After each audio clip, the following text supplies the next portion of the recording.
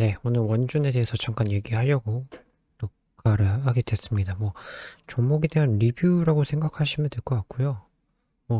큰 얘기는 없습니다. 근데 한 번쯤은 곰곰이 생각해 볼 만한 중요한 얘기라고 생각해서 말씀을 드리는 거고, 지금 여기 블로그는 제가, 쓰고 있는 블로그입니다. 그래서, 어, 전체적인 블로그 내용을 간단하게 설명하면은, 어제는 아니죠. 12일 날, 19일 날 상한가를 쳤고, 오늘 상한가 쳤고, 20일 날은 16% 정도 올랐는데, 이 보여주는 화면이 의미하는 게 뭐냐면은, 사진은 이제 제가 개인적으로 주식을 작년부터 시작하시는 분들 한해서 몇 명 정도만 이제 주식하는 공부 방법이나 또 투자 아이디어나 투자 방법, 종목 이런 것들을 좀 중장기적인 관점으로 해서 이렇게 공부방, 스터디방이라고 생각하시면 될 것 같습니다. 근데 물론 제가 일방적인 정보를 제공해주고 거의 저만 공부를 하고 있는 상황이긴 한데 얘기는 이거예요. 그러니까 10월 7일 날 원준이 상장을 했고 10월 8일이죠. 7일이 아니라. 상장하고 나서 이제 제가 얘기를 했던 거는 당시에 원준에 대한 투자 아이디어를 얘기를 했습니다. 그래서 이 투자 아이디어가 무엇인지를 좀 얘기를 하려고 하고 또 리스크가 또 뭐가 있는지 이런 것들을 좀 종합을 해서 말씀을 드리려고 하는데 일단 투자 아이디어는 열 처리 장비 회사입니다. 그래서 지금 현재 사업은 두 가지인데 크게는 두 가지인데 열 처리 양극재, 음극재 관련된 열 처리 장비, 배터리 열 처리 장비를 하고 있고 그다음에 독일 해외 수소 열 처리 장비가 있습니다. 탄소 섬유 관련된 열 처리 장비가 있는데 이 회사도 1위인데 이 회사를 업체를 인수를 했죠. 그래서 두 가지의 로드맵으로 사업을 가지고 있습니다. 그래서 처리 장비 쪽은 어차피 향후에 전고체 배터리 간다는 전제 조건을 한다면 여전히 메리트가 있다라는 거죠. 그래서 독일 수소까지 포함, 탄소 섬유에 대한 열 처리 장비까지 포함하면은 굉장히 사업을 두 가지로 크게 가지고 간다라고 생각을 하시면 될 것 같고 결국에는 여기도 제가 쓴 것처럼 성장 이익 둘 다를 가져갈 수 있는 모멘텀을 가져갈 수 있는 상당히 좋은 회사다라고 말씀을 드렸습니다. 이제 문제는 단기적인 이슈로서는 1개월과 3개월에 대한 기간들에 대한 의무 보유 확약이 물량에 쏟아질 수가 있어요.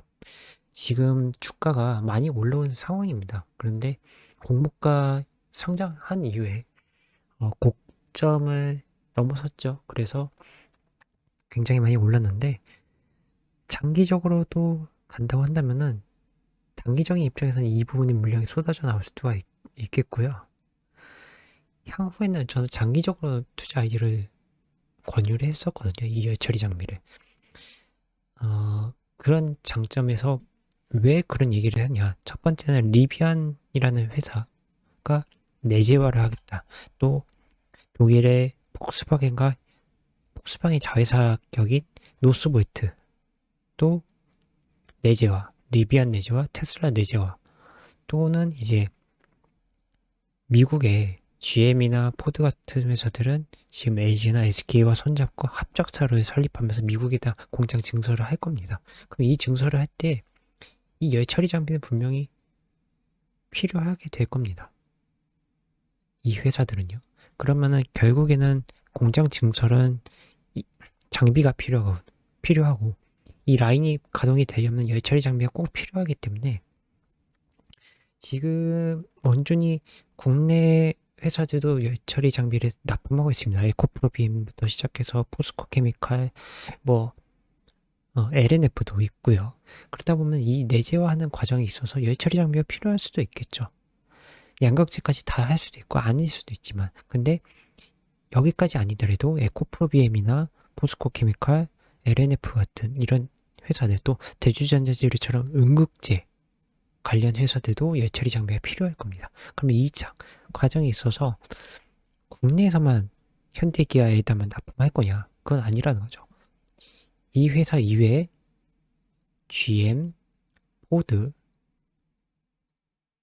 그리고 뭐 벤츠라든지 또 스텔란티스, 최근에 LG 에너지 솔루션과 합작으로 하게 한 스텔란티스도 역시 마찬가지겠죠. 완성차들은 어쨌든 배터리가 필요하고 이 배터리는 셀 메이커들이 납품을 해줄 겁니다. 그러면 셀 메이커들은 지금 현재 LG나 삼성, SK는 이쪽으로 다 갑니다. 즉 유럽과 북미 시장에도 다 배터리 공장을 증설합니다.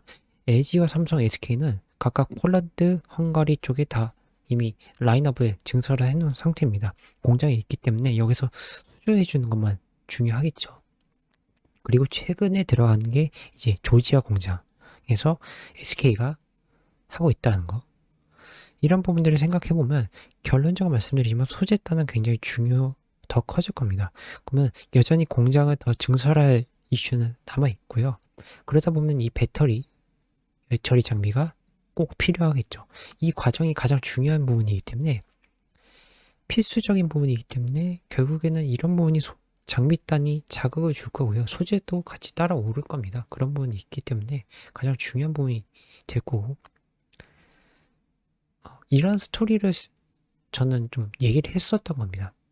투자 아이디어 관점으로 얘기를 해서 이것까지 포함을 한다면은 이런 식으로 접근을 해보면은 원주는 여전히 매력적인 장비 업체들 중에서 가장 매력적이지 않을까.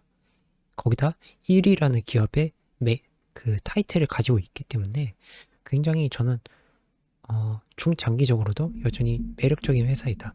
다만 이제 아래에서 보여드릴 텐데 잠깐 얘기하면 이 위에 있는 거는 아까 전에 말씀드린 것처럼 제가 단독방에 권유해서 올린 글이고요. 그래서 이제 잠깐 차트를 보면은 이게 어제자에 제가 작성한 글이라서 이렇게 주가가 올라가는 모습이 보이죠. 근데 HTS로 우리 한번 넘어가서 보는 게 더 좋을 것 같습니다. 지금 여기 HTS에서 보면은 일단은 차트의 흐름 상장 이후에 공모가를 넘어서 버렸죠. 올라서 버렸고 신고가를 갱신을 했습니다. 그래서 오늘 12%, 어제는 30% 상승을 하였고 제가 추천한 시점이 이 시점이었습니다. 이 시점이었는데 13일이죠. 그래서 이후에 여기서 샀다고 한다면 주가는 충분히 많은 시세 차익을 얻었을 겁니다. 근데 저희가 항상 이런 차트는 뭐 개인 투자자 처음 하신 분들은 굉장히 좋아하실 거예요. 근데 긴 호흡으로 본다고 한다면 과연 이게 좋은 걸까라고 생각하면 너무 급격하게 올라버리면 부담이 돼버립니다. 시장에. 그래서 지금 보시면은 이쪽이 원준이 일별 동향인데 매수세들을 수급을 보는 거죠. 그래서 지금 보시면은 7일부터 해서 4일 연속 빠졌죠. 그렇다고 해서 물량이 다 쏟아져 나온 거는 첫날밖에 안 나왔습니다. 그리고 개인이 아무래도 이날은 두 개 중에 하나일 거예요. 여기서 사신 분들은 이 저점에서 물리신 분들일 거고 이 분들은 이 따라 사서 고점에서 물리신 분들일 겁니다. 근데 물론 안 팔 수도 있죠. 이 저점에서 사신 분들도 또 빠지니까 팔 수도 있고 혹은 추매가 가능하긴 하죠. 근데 워낙 물량이 많이 쏟아져 나오니 차라리 제가 항상 하는 대응이 바텀업 전략을 해라.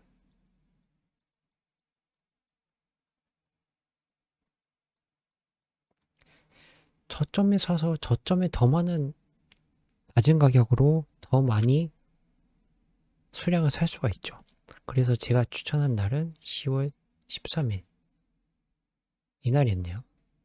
이날이 아니라 이날이었는데 이날 사신 분들은 저점이니까 뭐 한 7만원대? 7, 8만원대가 될 것 같긴 한데 이날 사서 시세 차익을 매입이 들어갔으면은 이날에 털어버리면 되겠죠. 그리고 여전히 금투에서는 계속 물량을 쏟아내고 있거든요. 수신도 계속 물량을 쏟아내고 있고, 특히 기타에서 많이 쏟아져 나온다는 거는 좀 자금 규모가 큰 회사들이거나 다른 회사들이겠죠. 이 물량이 쏟아져 나오는 거 보면은 이후에는 조금 부담감이 있어서 움직이는 게 좀 힘들 겁니다. 거래량이 터진 게 아니라 오늘 좀 많이 터졌고, 이날 거래량 터진 것처럼 또 거래량이 내일 터진다고 한다면 주가가 빠질 가능성도 높습니다. 이후에는. 그래서 저는 조금은 오늘 만약에 탄력 있게 좀 더 올랐으면 좋았겠지만 탄력 있게 20일날 오르지 못했기 때문에 12% 정도. 왜냐면 올랐던 거 다 토해냈기 때문에 거의 외국인이 많이 매도했고, 또 기관도 그렇게 많은 매도가 아니라 기타에서 또 많이 나왔기 때문에. 그래서 저는 이 수급을 잘 보면서 이미 여기서 사신 분들은 한 번쯤은 털고 나와서 조정을 받고 빠지고 나서 조정을 받고 다시 한번 바텀업 전략을 가져가는 게 좋지 않나. 저는 이런 생각을 드리고, 왜 그런 생각을 또 드리는지 간단한 근거를 말씀을 드리면, 우리 최근에 과거에 상장한 기업들, 하이브 같은 경우 보시면, 하이브 차트를 보시면 여기에 주가가 엄청 많이 빠졌죠. 이렇게 주가가 빠진 다음에 오르고, 또 빼먹은 게 보호예수 관련된 것도 일부 영향을 받을 겁니다. 그래서 이런 부분들이 보호예수 기간 중간중간에 빠지는 경우가 있기 때문에 1개월, 3개월 이런 부분도 보호예수가 만약에 풀려버리면은 원준도 이러한 부분이 하락하는 폭이 생길 겁니다. 이후에 한번 조정폭을 받고 나서 좀 매수 시기를 놓쳤던 분들이나 저처럼 관심이 있는데 못 샀던 분들은 사시면 좋겠죠.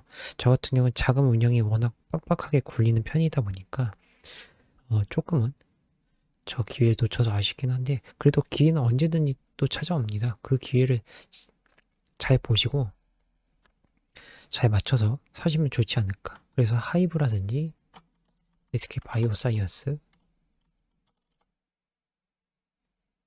뭐 SK 아이 테크놀로지가 더 낫겠네요.